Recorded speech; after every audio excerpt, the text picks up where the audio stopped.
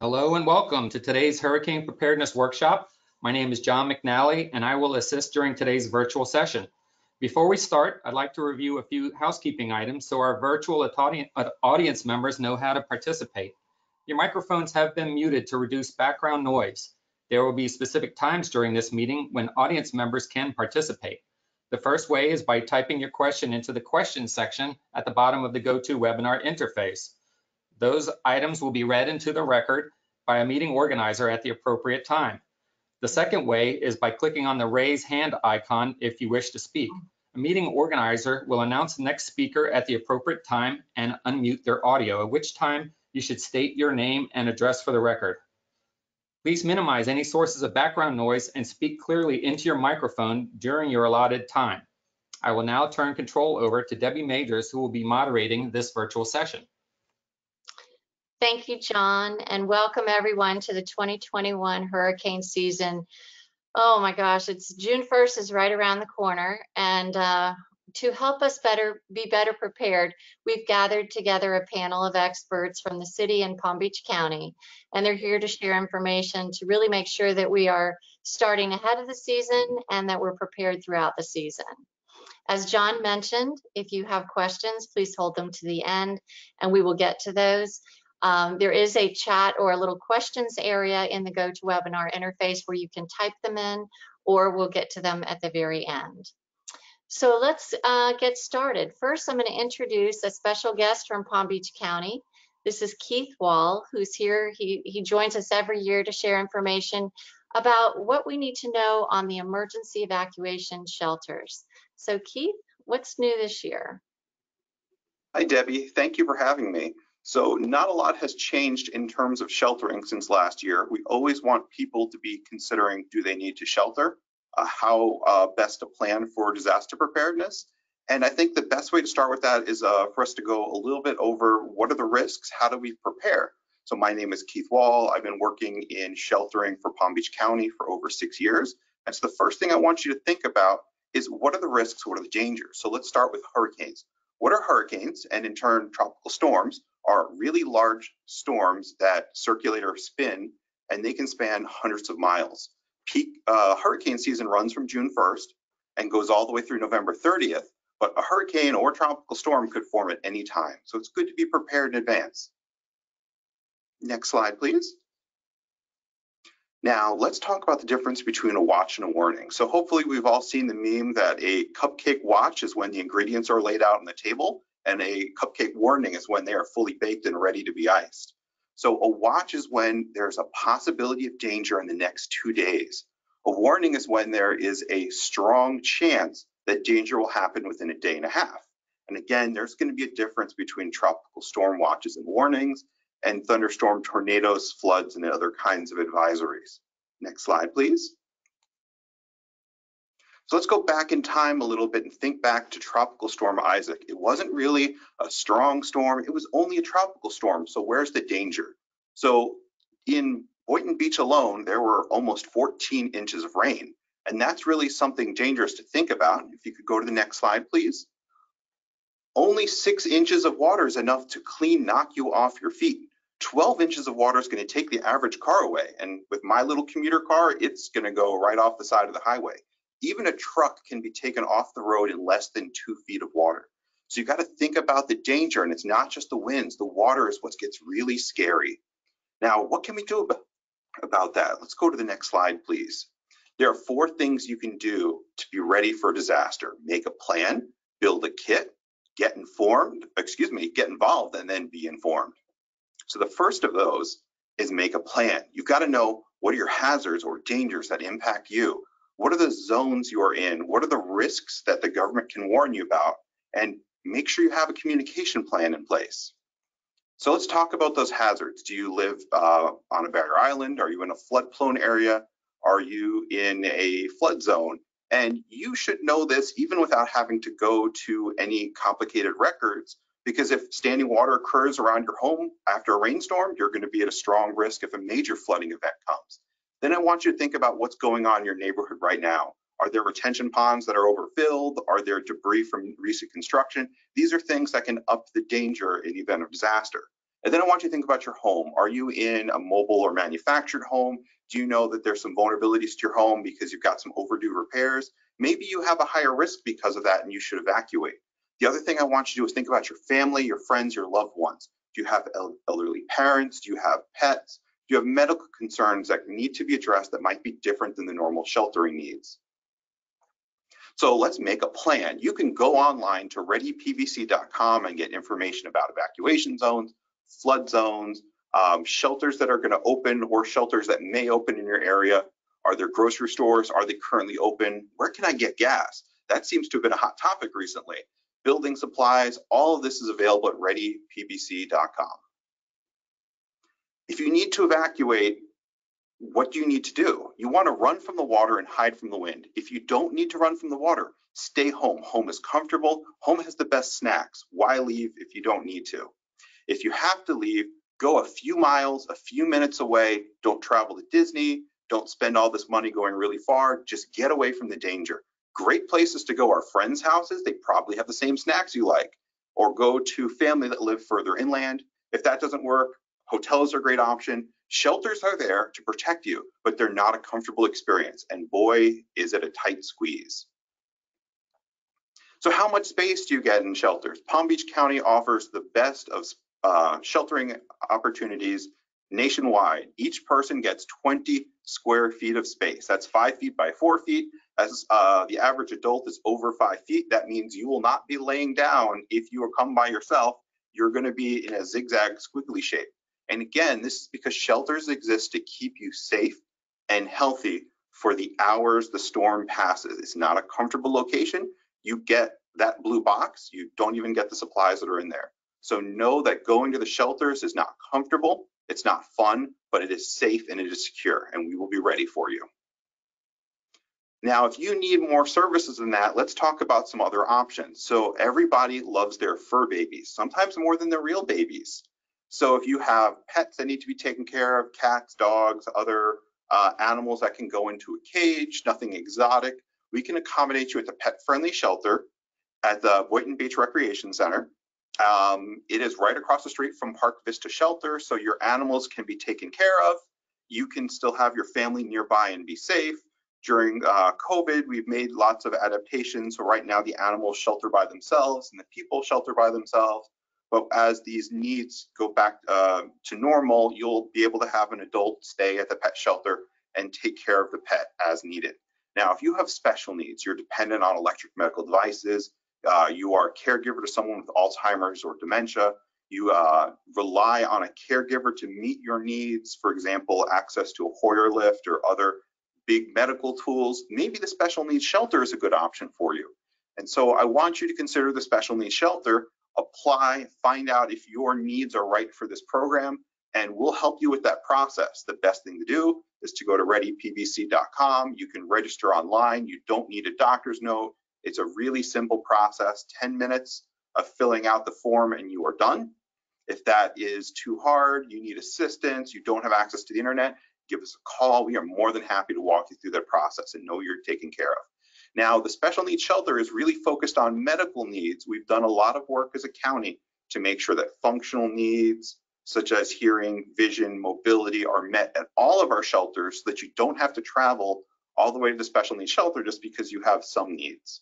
And we're always doing more to push greater services into our regular shelters. Next slide, please.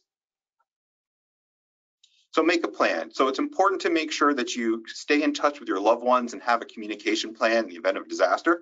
The best thing to do is have an out-of-town contact ready that you can get in touch with once and let your family members get in touch with them so that everyone stays in the loop and no one worries about you. Other options are things like Facebook and other social media sites where it's really easy to get out a tweet, post something, and let people know that you're okay. But have a plan in advance for that communication. So let's build a kit. We won't go into a lot of detail on this, but we're going to show you some great graphics that'll help you be prepared. Have some essential supplies, make sure you've got your important documents, and consider special items you need, like your favorite chocolate chip cookies. So you need to make sure that you have a gallon of water per person per day, things like batteries, flashlights, personal hygiene. Think about camping without all the bugs, tents, or wonderful experience roasting s'mores over an open fire. That's what sheltering is going to be like. So blankets, pillows, all the creature comforts when you know you won't have a bed. Make sure you have some important documents with you, your identification cards, insurance. It may be useful to carry your homeowners, renters, flood insurance policies, copies of your medications, things that you would want to take with you in knowing that your home might be destroyed if you're evacuating. And then get involved. It's very important to work with your neighbors, talk to each other, volunteer in your community, and remain in the loop, because it's both very good to take care of yourself, encourage your neighbors to be prepared, but it can be a really rewarding feeling to know that you're going to help make a difference in your community by pushing information to others and giving back. An involved community is a resilient community. As we work together to help each other, everyone gets the benefits of this. And one more option to stay informed is you can sign up for Alert PBC.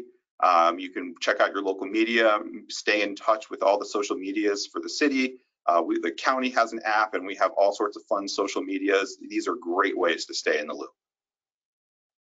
Alert PBC is an awesome online notification system where we'll send you texts, emails, however you want, at the times of days you want. And then we're only going to use this for things like severe weather, immediate emergencies, police activities. It's not going to be used for any other kind of outreach or communication about community events, just emergency stuff. And you can sign up at alertpbc.com or readypbc.com. It's free, it's out there, it'll make your life easier. And I think that's it for me. Thank you so much. Thank you very much, Keith. We always appreciate you joining us here in the city of Boynton Beach. And you really do open our eyes to what those shelters could be like, but it is safe if we need to be there. I know it's a good, safe place to be. So thank you again so much for sharing all that information. And next, we'd like to go to our own Assistant Chief Phil Mohorn with our Boynton Beach Fire Department and Emergency Management. Chief, can you tell us what we can do right here to prepare ourselves and our families for the hurricane season? And I think we have you muted, so we can hear you a little bit better if you can unmute.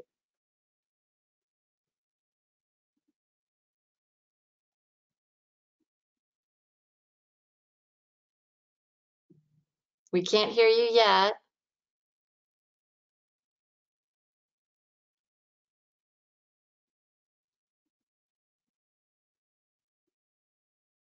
No.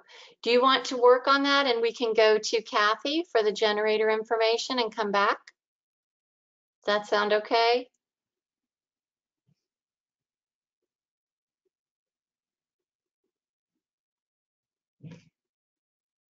All right, let's skip over to Kathy Klein with the information on generator safety.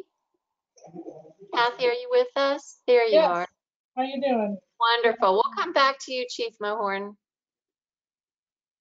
So Kathy, if we have a generator, what do we need to know about so we can be safe when we're using it this hurricane season? Right, so we talked a little bit about shelters and the storm. So the most important thing, and we get a lot of questions about generator safety. What do we do after the storm? So let's talk a little bit about generators first. So the next slide. There's a lot of different types of generators, and it can be confusing when you go to Lowe's or Home Depot and all these other places. So what really you need a generator for? So 3,000 watt is for little minor things, microwave, refrigerator, some extension cords. 3,000 to 6,000 to more of the bigger appliances or more items. 6,000 to 9,000, multiple rooms, and then obviously the home generator that can handle your own house.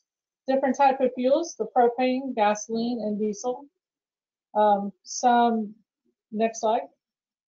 Generators dues. So you always should have your generator 10 to 15 feet from any window, doors, or vents. Always direct the exhaust away from the home. Keep a clear space around the generator, 3 to 4 feet around the generator. disconnect the power coming into your home, and plug appliances directly into the generator. If an extension cord must be used, use one that is grounded. An example of what grounded means is the plug in the middle, heavy duty and for outdoor use. What you don't want to do is you never run a generator in an enclosed space. You never run a generator in the garage, even with the doors open. You never plug the generator into a wall outlet or in the main electrical panel. And you never refuel the generator while it is running. So every year there are deaths from carbon monoxide poisoning because of the improper use of the generator. And next slide. So some general safeties: refuel generator only after it has been cooled. Never run a generator in the rain. Place a generator either in a dry area or under a canopy to protect it. Follow all the manufacturer instructions. You should read, I know a lot of us don't like to read the instructions, but look it over to make sure we're using it the way it was intended. Have a licensed electrician install the generator if you want to go with the automatic transfer switch.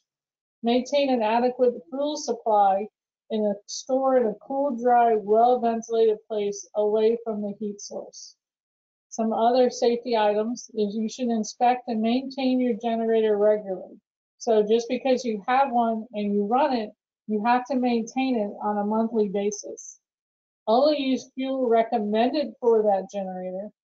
Keep fuel supply in an approved container away from the generator, and store fuel outdoors in a well-ventilated space. Do not keep it indoors.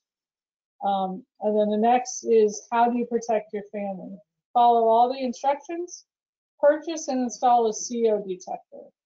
While the generator is in use, if you feel sick, dizzy, or weak, get fresh air. If you experience serious symptoms, obviously call 911 and get medical attention immediately. We do have some CO detectors we offer from the Fire Prevention Department. We have a limited supply for our citizens of the city of Boynton. And then I wanted to touch a little bit on hurricane shutters. So obviously we put our hurricane shutters up, try and put it in advance before the storm so we're not in a hurry. Use a spotter or a ladder, so prevent anybody in a hurry falling obviously off the roofs. Wear gloves when you put up your shutters so you don't get your hands cut. And when the storm has passed, make sure, and it's very important, take down your hurricane shutters. I know we like to keep them up, but for safety reasons and for the fire department reasons, you're trapping inside your home. You don't always know for seasonal people who's in there, and you really need to be safe and remove those shutters from your home in adequate time when the storm has passed. Thank you, Debbie. Thank you, Kathy. Wow, there's things that I had forgotten about since last hurricane season. So a lot of great safety information. We really appreciate that. Thank you very much. Thank you. Okay, Assistant Chief Bill Mohorn, did we get your volume working? Not quite. Not quite yet. You want to try again? All right, we're going to have to get maybe some assistance from our IT department. We'll help you out. And let's go on. We're going to go on to our next presenter, which is Gary Dunmeyer. Gary is our Interim Director of Public Works and Engineering right here in the city of Boynton Beach. And Gary's here to help us prepare, how to safely prepare for the hurricane season, your property and your home. Gary? Yes, hello everybody. I'm Gary Dunmeyer. I'm the Interim Director of Public Works. One of my functions as Director of Public Works is managing the solid waste team. As a part of that solid waste team, there's a lot we can do as residents in this community to help us help you.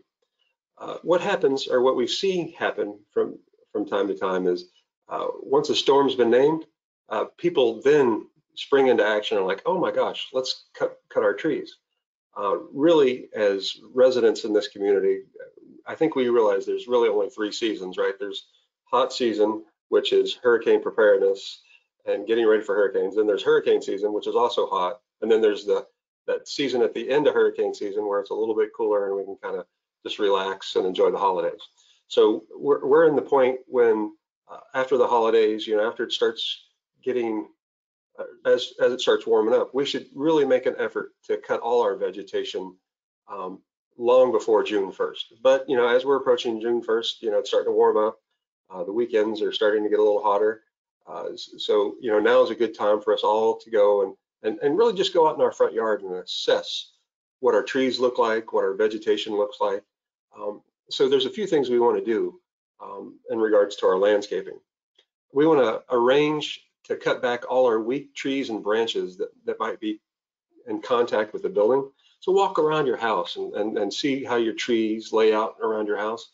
And then if you have some foliage that's touching the house, that's not going to be a good thing when winds, are gusting and they keep making that tree limb bang against a window, or if it grows within the next 6 months, could it possibly be banging on your roof? And if it starts banging on your roof, what I've seen with my neighbors is they've got palm trees that grow up so close to the walls and the fronds hang down over the house, and then the winds kind of whip back and forth. And I forget what it was, maybe it was Irma, that after the storm, there was like an arc carved into the shingles where the tree limb had gone back and forth. And so I don't want that to happen to any of you. So let's make sure that we get our trees properly trimmed well in advance. So also when you're looking at your trees, have it thinned out so that wind can flow freely through your trees. I mean, the last thing we want to do is have these beautiful long branches, and all of a sudden, all the leaves within them are catching the wind, and the wind causes the limbs and the branches to break off. So we want to kind of be cognizant of that. If you have a good landscaper, your landscaper should be able to help you with this. If we're doing the work ourselves, you can put the limbs on your bulk day or your trash day out at the curb. Now, in the city of Boynton Beach, we're allowed 3 cubic yards of vegetation each week. So my vegetation day or my bulk day is on Monday, where I live here in the city. And so for the last 5 weekends, I've been crown reducing a tree to the side of my house. And so I've been putting out 3 yards every week. And so now I'm approaching hurricane season. It's getting hotter out, and I'm in pretty good shape.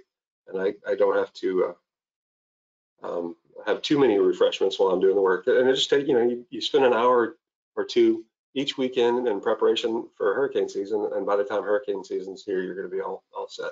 So again, it's you put 3 yards out to the curb. Now, when you're placing vegetation for the solid waste team to pick up, I would really appreciate it if there's things that you don't want picked up or destroyed or hit, such as mailboxes, maybe your fire hydrant, or maybe like phone cable boxes, please separate your vegetation from all these things, because what happens is our veg teams, when they come, they pick up with a clamp and they pick it up, and if it's near your mailbox or your mail, it could be damaged, and we certainly don't want to do that to you. So other things to consider, I know we're talking about preparing for the storm. I'm going to take a brief second to talk about after the storm. Usually you're going to find some tree limbs on the ground after the storm. It's real important after the storm that if you're going to get your tree limbs together, that you keep all your debris separate. So like if you have fences that have gone down, make sure the fences are separate from your lawn debris, from your vegetation debris. The same is true before the storm. I know most time you'll see our veg trucks go by and they'll pick up veg, and then on top of it they'll put the fencing, the house products, the mattresses, the cat. But what happens is after the storm, when we're talking to Solid Waste Authority, because they run the landfills, they won't let us bring in mixed piles. So if you mix your piles before the storm, chances are you're going to mix the piles after the storm, and we're going to drive by your house and not pick up those piles after the storm. So before the storm and after the storm, let's keep all our piles separate. You're allowed 3 cubic yards, which is basically about 2 refrigerators. So if you look at your piles of vegetation, and if it's about the size of 2 refrigerators, you're about the right size, and we'll be able to pick that up for you. So we'll set those aside. So some other things to consider. I want to one of the things during the storm that you don't want to have happen is you don't want your cars to flood. So let's maybe fill up your cars with gas, and try to keep them full. Maybe develop a schedule of, say, every Monday on your way to work, you fill up your car. And then when a storm's been named, you shouldn't really be down too terribly much in the gas tank. If you are, we want to avoid rushing to the gas station, because after the storm, we really shouldn't be driving around anyway. We should be waiting for, my crews to clear the streets. So let's see. So that was the other thing I wanted to talk about was we talked about the size of the piles. We talked about moving your cars to higher ground. I think that's really what I got for you right now. At the end, we'll be taking questions. So back to you, Debbie. Wonderful. Thank you, Gary, so much. Very important. Whether we're living in an apartment, a condo, a home, there's always something that we need to do to protect our space. So we are going to now go to Assistant Chief Phil Mohorn, who is now in a new location, and I think the volume's probably going to work. Is third time a charm? Let's see. Yes, it is. There we go. All right, take it away. What do we need to do to prepare for the hurricane season? Okay, next slide, please. First, and some of the information has been covered, overlaps, but I'll go through the slide that we have prepared.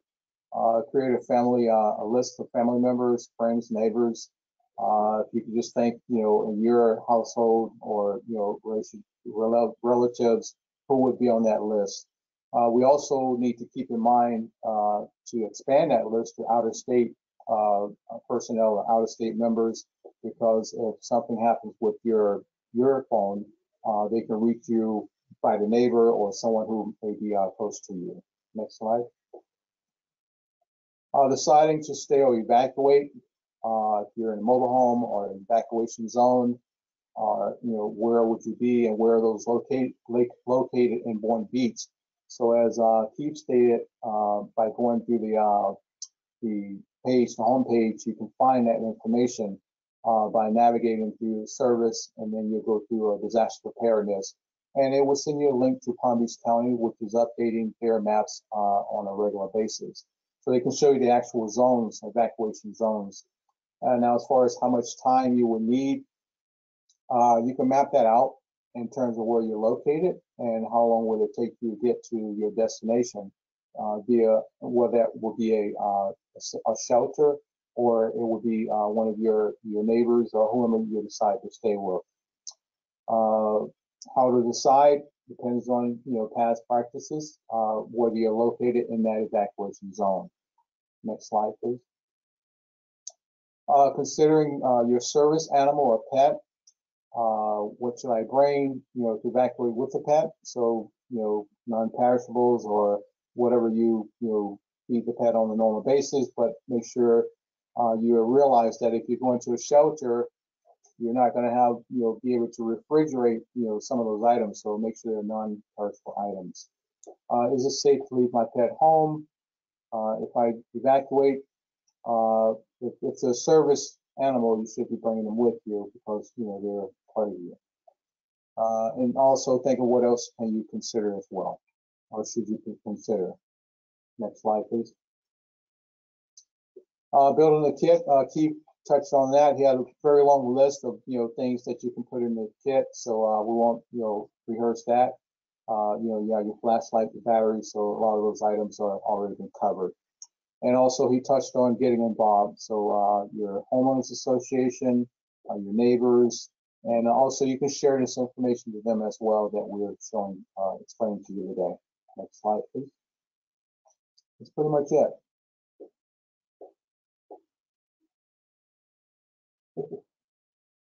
There you go, and Mike. Hello, everyone. This is Laura Landsberg, Marketing Manager. I'm here to share information on how you can stay informed and connected before, during, and after a storm. The first really important place to go and visit is our website, which is boyntonbeach.org. That is our main city website. You will see here a picture of the top, this red alert bar. If there is ever an emergency in our city, whether it's a storm or another emergency, we will immediately put an alert bar at the top of our website. It will have some information with a link to learn more. During an emergency, I'll go into this on a next slide, but we tend to communicate a lot of our information via the social media site Twitter, and there will be a link there where you can learn more information. We also have a dedicated website, which is prepareboynton.com. That has all the information that you will need for a hurricane season. It has a list of local vendors that have supplies such as lumber, gas stations, stores that might be open. And in addition, during a storm or another emergency, we have an FAQ page, frequently asked questions, and we try to provide that information to you before, as soon as we know the information, we will update that page. So it's very important to know about the FAQ page so you can learn the information without having to call us. We will update that page very often throughout an emergency. Next slide, please. The city has a newsletter, an electronic newsletter that we send about twice a month. During a storm or emergency, we will tend to send multiple newsletters with all the latest up-to-date information. We highly encourage you to visit our website, boynton-beach.org/newsletter, to sign up for that email list. Next slide, please. The city has multiple social media accounts, including Twitter, Facebook, Instagram, YouTube, and Nextdoor. I'll briefly discuss each of those sites. Twitter is, there we go. Twitter, we are able to communicate small bits of information rather rapidly. So during an emergency, we tend to update that social media outlet often. We also have a Facebook account where we will update, but in a true emergency, we try to consolidate all of our news efforts via Twitter, and that's the best way to stay informed in up-to-date very quickly. Instagram, we have an Instagram page that is usually not utilized during a storm, but after there's more posts on that one. We also, as you see in the bottom right-hand slide, we tend to do a lot of video communication during an emergency. That is a little picture of our city manager with our ASL interpreter, and we tend to provide updates often throughout an emergency. And we encourage you to follow us on YouTube and make sure that you subscribe so you will be alerted whenever we post a video. We also have a Nextdoor account. That's a social media site that is neighborhood specific. So, for example, if there happens to be an emergency such as a gas leak that might pertain to one certain area, we can notify residents in that area specifically. And the good thing about Nextdoor is that we can also send text alerts on Nextdoor. So you will be notified via text alert as well as post on Nextdoor. We highly encourage you to sign up for our Nextdoor account. Next slide, please. The city has an app, a mobile app. It's free to download, and especially during an emergency, it's really important because you might encounter some situations that you might need city assistance to fix, such as a tree down, perhaps in front of your home. You can, if you download the app, which you may access via boynton-beach.org/app. We have versions for Apple as well as Google. You can download the app there, and then right from the app, you can report your issue. You can take a picture of the tree in front of your home, and it will be routed directly to the staff member within the city who can help you with that situation. You will also receive updates accordingly. The city has a citizen information hotline, which is 561-742-6921. For any emergency, we of course encourage you to call 911, but if there's questions that you have, if a storm is perhaps approaching our area and you have a question, you are welcome to call that number that will be activated once a named storm threatens our area. Again, that's 561-742-6921. It will be manned 24/7 and you will be able to reach someone. Next slide, please. There, as other As Keith discussed, also Palm Beach County has a lot of information and websites as well. And we encourage you to not only monitor local news and weather reports during a hurricane, but to visit ready.gov/prepare to get a lot of county information as well. And the Palm Beach County Emergency Management phone number is 561-712-6400. Alert PBC, as Keith discussed, is a great text alert notification system that it's really great to get those messages because it'll come right to your phone. If you have any questions at any time, please feel free to reach out via email marketing@bbfl.us. You may call 561-742-6010. And also, we encourage you to take some time to browse our website that is dedicated for hurricanes, which is prepareboynton.com.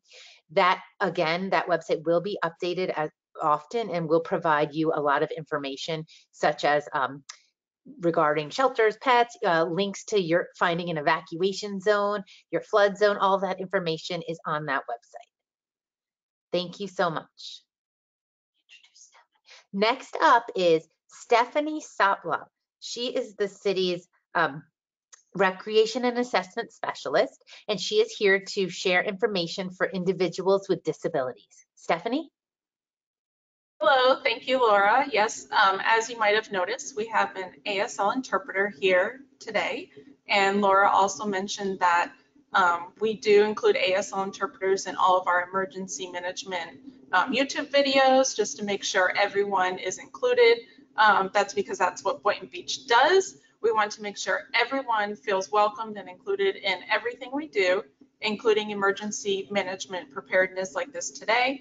I just want to talk to you a little bit more about what we do in Boynton Beach to ensure everyone is included. One thing that we do is we do a lot of staff training for individuals with disabilities, including our police department, our fire department. Every department in the city of Boynton Beach has had some training with service animals, deaf and hard of hearing, autism. You might not be aware, but the city of Boynton Beach was the first municipality in Palm Beach County that was named autism friendly from Florida Atlantic University Center for Autism and Related Disabilities, FAU card. So that's, we really take that. We're very proud of our inclusive and accessible city here in Boynton Beach. We want people to feel welcome to live, work, and play in Boynton Beach. So if you have business that you have to do in City Hall, we have portable hearing loops at the front desk in case someone uses a hearing aid. We also have wheelchairs available in case somebody needs to use a wheelchair while they're in City Hall or inside our newly renovated Cultural and Art Center. We also want to make sure everyone is included in our COVID vaccination site. So what we do is if someone needs to use a wheelchair and they're getting a vaccine, then we actually provide assistance bringing them in the wheelchair from their car all the way up to getting their vaccination. So it's like a door-to-door service that we also offer. We also provide sign language interpreters at our COVID vaccine site. Those are some of the things we do for emergency, but we also want to make sure everyone is able to have fun here in Boynton Beach. So some of the fun things that we do for accessibility is we have an accessible golf cart if anyone wants to go golfing. We also have a wheelchair lift in our pool. We have an accessible kayak launch at Harvey E. Oyer Park. We also have a Moby mat at the beach. And we have wheelchairs available at the beach as well. We know everyone wants to be able to enjoy our beautiful sunny beach here at Oceanfront Park in Boynton Beach. We also make sure that everyone is trained on service animals. We also have events that are inclusive and accessible. So that's part of what I get to do here. The fun part of my job is making sure all of our events and programs are accessible, inclusive for everyone to enjoy.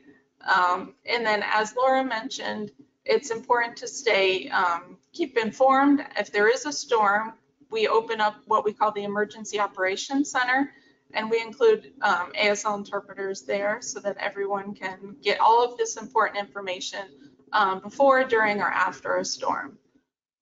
So just want to make sure you're all aware how important it is for Boynton Beach to include everyone in everything that we do. Thank you, Stephanie. Thank you. We appreciate all that great information. It is a wonderful city. We're so proud in Boynton Beach to help our citizens not only prepare for hurricanes, but to come and enjoy everything that we have going on throughout the year. So I'd like to introduce next Madison Chosa, who is our Marketing and Outreach Manager with our Boynton Beach Library. So if you didn't hear what you were coming to hear today, so far we have some more weather and hurricane information coming from our library. Madison? Hi everyone, I'm so happy to be here to share our upcoming program with you. So as Debbie mentioned, this is just another supplement to the information you're hearing today. So we have a weather and hurricane preparedness program on June 8th from 6 to 7 p.m. and that will be a virtual program presented via Zoom, and we will have an ASL interpreter for that program as well for anyone who needs that accommodation. This will be presented by the National Weather Service from the Miami/South Florida Forecast Office, and they're going to discuss weather preparedness and hurricane awareness as hurricane season approaches. So this is just going to be another way for you to gain a better understanding of hurricane season, of hurricane systems, and what you can do to prepare for them. I also wanted to mention as well that the library, we have hearing loop technology for anyone who needs it coming to visit our library. We're open Monday through Thursday, 9 a.m. to 7 p.m. and Friday and Saturday, 9 a.m. to 5 p.m. So if you do need to come to the library to possibly use a computer to do some research for hurricane season, what you can do to prepare, check out Prepare Boynton website. You can do that at the library with our free computers and our laptops. And that's pretty much it for me. Definitely come and check it out, and we hope to see you at the program. Thank you very much, Madison. Yeah, our library has a lot of wonderful programs going on and certainly is a great resource for everyone. Now I'd like to introduce John Durgan. John is our Economic Development Manager and here to support our businesses and tell us what's coming up for our businesses. Thank you so much, Debbie. Good afternoon, everybody. My name is John Durgan. I'm the Economic Development Manager here for the City of Boynton Beach. The Department of Economic Development and Strategy once a month holds what we call a business over coffee. It's a networking group that we kind of bring together to really support and bring together our local businesses, our managers and owners here, to kind of bring them together in an informal setting to kind of go over all the latest trends and topics in our business community and kind of just bring them together with the city to present any new information the city has and just to kind of connect with our business community. So that's hosted the first Thursday of every month at 8 a.m. over Zoom. And I wanted to bring to your attention today our next meeting, which will be June 3rd at 8 a.m. over Zoom. The topic will be hurricane preparedness for our businesses. So we will have representatives on from our awesome fire department as well as our public works department to kind of go over the best practices and ways your business can prepare for hurricane season. So I just wanted to provide that information to you so you can spread that to anybody that you think may be interested. Again, that's Thursday, June 3rd at 8 a.m. over Zoom. You can find the Zoom link and register for the event at prepareboynton.com. And please feel free to join us every first Thursday of the month at 8 a.m. We always love to connect with our business community and really hear from you guys and also share some of the things that the city's doing to help our businesses out. So please feel free to contact me if you have any questions. Thank you so much, Debbie. Thank you, John. We appreciate it.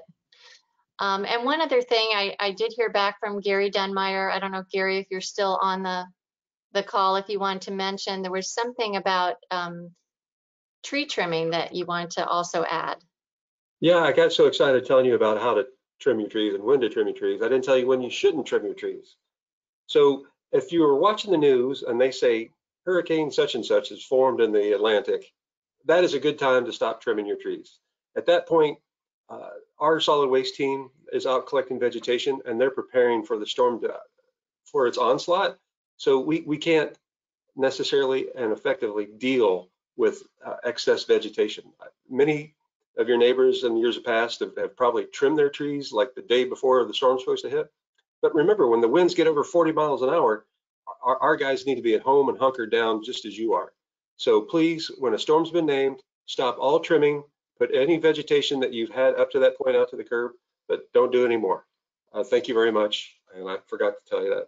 Feeling bad about it. That's okay. We appreciate that. That's very important. Thank you, Gary. And I think we're going to go now to some questions and answers. John McNally, did you want to take over at this point? Yes, as Debbie mentioned, this does bring us to the end of our formal presentations, but it allows us to have our question and answer section. And as a reminder, if you would like to speak and ask a question, please click on the raise hand icon and I'll unmute your microphone at the appropriate time. I'll bring up the display here, which shows where to activate the raise hand icon in the GoToWebinar portal that's on your, that should be on your screen. If you prefer to type your question, please do so by using the question section, which looks like this in the GoToWebinar portal. And I do have a couple of questions that are already pending, but that would be where you would type your question if you prefer to just use your keyboard. So for now, I'm going to allow the opportunity for anybody who would like to raise their hand to please click on that raise hand icon, and I'll take your question while we're here. And if not, I do have a question. I don't see anybody raising their hand just yet. I have Debbie. Are you? Hi. I just wanted to jump in and mention we have our city manager, Lori Oliveria, on the call, and she would like to say a few words. So John, if you see Lori and can unmute. I do. There we go. Can you hear me? Yes, we can. Yes, Lori, thank you. Thank you. As I'm sitting here at my desk during lunch and listening to this outstanding Facebook Live session, I just want to make a statement, not so much a question, that I hope all of our residents and businesses that are tuning in today, it's very evident to you that you are in very good hands. And listening to each of our staff members and subject matter experts in their field, I hope you have a sense of confidence and calm in knowing that you've got a really strong team of employees in this city that with intelligence and with compassion will do everything to keep all of us safe during any crisis and any storm. So I just want to say kudos to you staff. You did an amazing job on this. And I hope our community feels as proud as I do right now of one, being in great hands, but have people that really do care about us watching out for us. Thank you. Thank you, Lori. Okay, thank you, Lori. Yep. Okay, so I do have a question. It was posted in the question section. It is from Susan Robbins. And her question is, where is the special needs shelter program located? She does have a husband who is diabetic and would like to know the answer to that. Sure. The Special Needs Shelter Program can be found at readypbc.com/special needs shelter, or you can call us at 561-712-6400. Okay, fantastic. All right, thank you, Keith. I have another question that was sent in an email earlier, and it asks, how can propane tanks be stored safely during a storm? Can they be stored in a garage? I'm not sure if this is a fire department, maybe Kathy or Chief Mohorn. Is this something that you can help address? Hi, can you hear me? Yes, we can. All right, that's a good question, and we get that question quite often. No, we do not recommend storing the propane tanks in the garage because, you know, obviously you can have a full tank and try and barbecue, and next thing you know, you go and use that grill and the propane tank is empty. So a lot of times they have those slow leaks, and you don't want that in your garage, like we talked about with those CO monitors potentially going into your house and not even knowing it. So we recommend storing them in a safer outdoor location. If you have to store it maybe in your porch, maybe securing it to something, strapping it down, but definitely not in your garage for safety reasons. Okay, thank you, Kathy. I have another question here. It is probably addressed for Gary Dunmeyer. The question is, how soon will garbage be picked up after a storm has passed? Oh, that's a good question. This is Gary, and the answer to that is it depends. Unfortunately, with hurricanes, you never really know how they impact a community. What happens is the first thing we do is we clear the streets, and then after that, we start clearing the side roads, and then eventually we work our way to residential units. A lot of financing for this portion of the storm falls on FEMA, and what they pay for initially is the vegetation removal. So what happens is we start removing vegetation as fast as we can. We end up making our first pass. A lot of times we have contractors that come in and help us. So we'll come through because we've got our own veg trucks, and we'll start, and then we end up dumping that on city property. And then when the contractors get here, they start working and they start taking waste to the landfill or to the transfer stations. We try to get that as soon as possible, as soon as roads open up, and it'll probably most likely be after we make our first pass. Usually it takes maybe 3 to 7 days after the storm. We'll be out there collecting household garbage. We'll do the best we can, trust me. Perfect, thank you, Gary. Okay, I see that there is a hand raised, and I'm not sure, and my apologies, Lori Laveria, City Manager. I'm not sure if this was from before, if you have another question or comment to make. No, no, John, I thought I took my hand down. I'm showing a red arrow here. Okay, okay, all right, thank you. I'll move on. All right, I do have another question.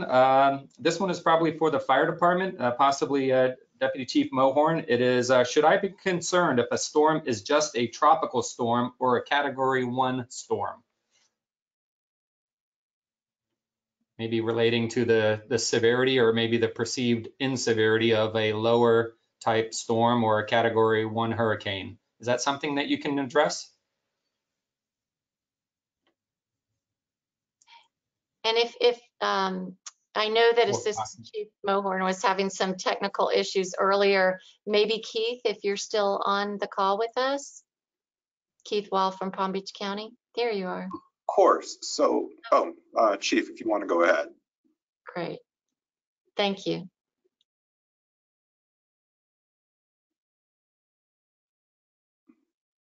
We're not able to hear your audio, Chief. So maybe Keith, the opportunity is still there. Sure. So the best thing to do is be prepared. If you are prepared in advance, you don't have to worry about the significance of the storm as much.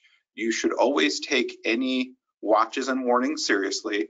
The reason I pointed out the tropical storm earlier is that a tropical storm could have really weak winds and still really cause you a lot of trouble with the flooding. So I would take them all seriously. We don't need to panic about any storm as long as we take the time to be prepared, stay informed, and have all of our supplies, especially our snacks, ready to go. Snacks are important, yes. Thank you, Keith. And I do have one additional question here. The question is, I don't have a garage. How do I protect my vehicle during a storm? I'm not sure who that would go to. Anybody can jump in if they feel so inclined to do so. I don't know that I have a great answer for that. One of the things I like to do is I like to park my car during a storm as close as I can to my home. And I like to do that in the driveway. I do have a garage, but my wife, her car is more important than my car apparently. So I have to park mine in the garage. I like to park it perpendicular to the house. So I have to do a series of 3-point turns. My wife says I look like Austin Martin when I'm parking the car. And so that's what I like to do. I don't know that that's always a great thing. I will caution everybody that if they're going to park their car near their home, to try to park it away from trees. You know, you don't want to park under trees. I feel like my house is in a pretty good area where I don't have to worry about flooding. If you have problems with flooding, you might want to consider finding another spot for your car, someplace where during the storm your car would be safe and would be out of flood waters.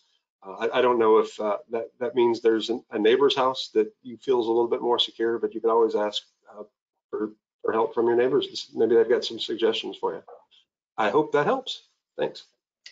I might have a follow-up question, and this wasn't posed by anybody other than maybe my curiosity, Gary, is the thought of parking your car close to the house. Is that due to maybe it being protected from sort of a wind foil, the wind's going around the house and maybe not damaging the car, or also even parking it in front of the garage to protect your garage door?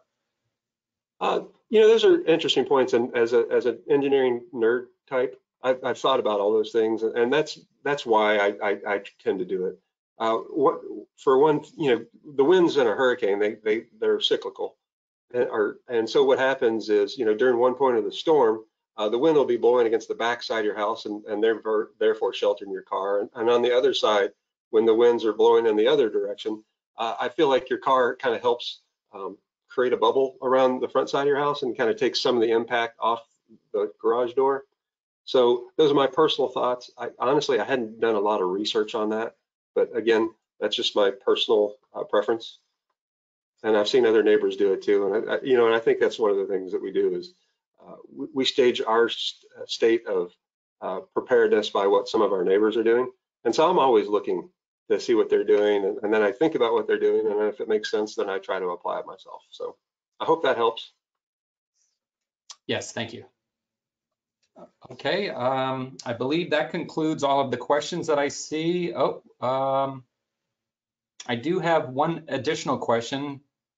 Will you send a feedback form? Actually, this was from Ertan. I apologize if I mispronounce your last name, Kazaglu. There is no feedback form associated with this session.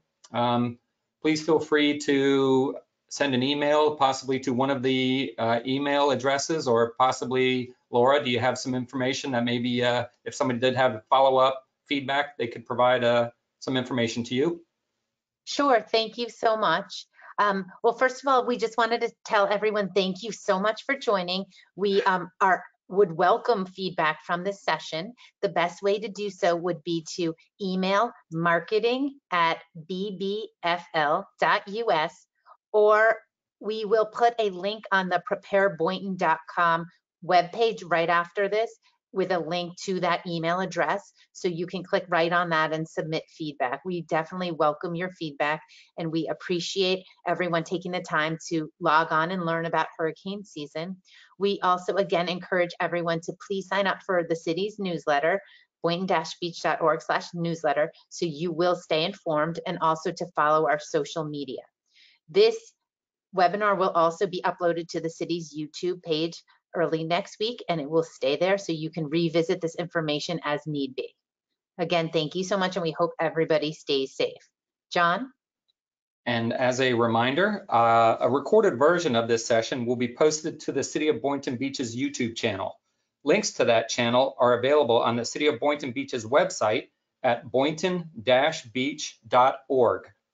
Also, please visit the website prepareboynton.com for additional safety tips and information. This concludes today's meeting. On behalf of our organizers and presenters, thank you for attending today's Hurricane Preparedness Workshop.